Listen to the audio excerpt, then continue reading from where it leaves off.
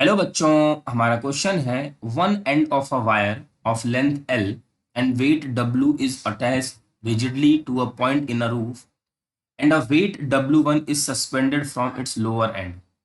If A is the area of cross section of the wire, then the stress in the wire at a height 3L by 4 from its lower end is.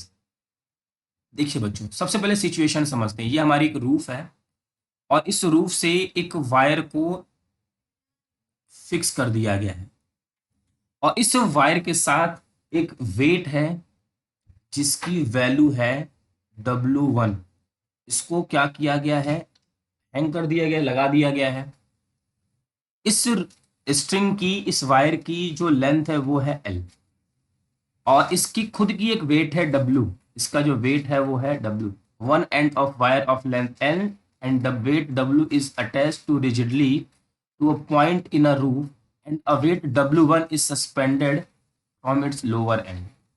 ठीक है, तो बच्चों हमसे पूछा गया है कि stress in the wire at a height of 3L/4 from its lower and. इस एंड से मान लीजिए ये वाली जो हमारी लेंथ है, ये वाली जो लेंथ है वो है 3L/4।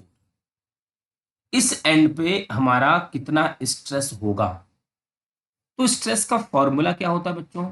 स्ट्रेस का फॉर्मूला होता है फोर्स अपॉन एरिया।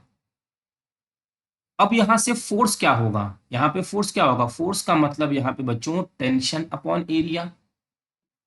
तो tension, tension eight height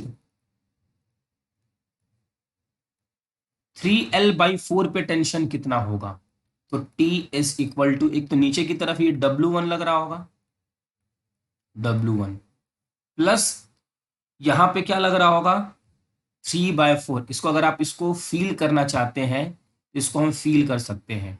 W इसको हम मान लेते हैं थोड़ी देर के लिए कि कुछ इसका भी तो मास होगा, कुछ इसका भी तो मास होगा जिसकी वजह से यहाँ पे स्ट्रेस हो रहा होगा। एक तो इस वेट की वजह से और दूसरा इस मास की वजह से। तो बच्चों मास कितना होगा? अगर L लेंथ का मास M है तो यूनिट लेंथ का मास कितना होगा? M/L। उसी तरीके से 3L/4 का मास कितना हो जाएगा? 3/4M। 3/4 लेंथ का मास कितना हो जाएगा? 3/4M। तो W इज इक्वल टू क्या हो जाएगा? mg। और इसका मास कितना हो जाएगा बच्चों? 3L/4 इंटू जी, सॉरी 3/4M ना, मास हमसे पूछा गया और ये हमारा G। तो इसको लिखा जा सकता है 3/4 और mg को क्या लिखा जा सकता है? W। बच्चों ध्यान दीजिए, कंफ्यूज नहीं होना बिल्कुल भी। पहले तो इसकी वजह से स्ट्रेस आएगा, लिख दिया हमने, टेंशन मीन्स, और इसकी वजह से भी तो टेंशन होगा यहाँ पे, इसके मास की वजह से। तो कितना होगा?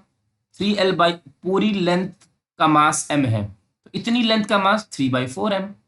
तो 3/4M इंटू जी, mg की जगह W। तो यहाँ से बच्चों लिखा जा सकता है 3/4 इंटू W। और हमसे पूछा गया है स्ट्रेस। स्ट्रेस होता है टेंशन अपॉन एरिया। टेंशन की वैल्यू क्या है बच्चों? W1 plus 3/4W upon area. तो बच्चों बहुत ही सिंपल क्वेश्चन था, बस ये समझना था। हमारे इस क्वेश्चन का आंसर है 3। आई होप बच्चों कि आपको ये क्वेश्चन अच्छे से समझ में आ गया होगा। Thank you.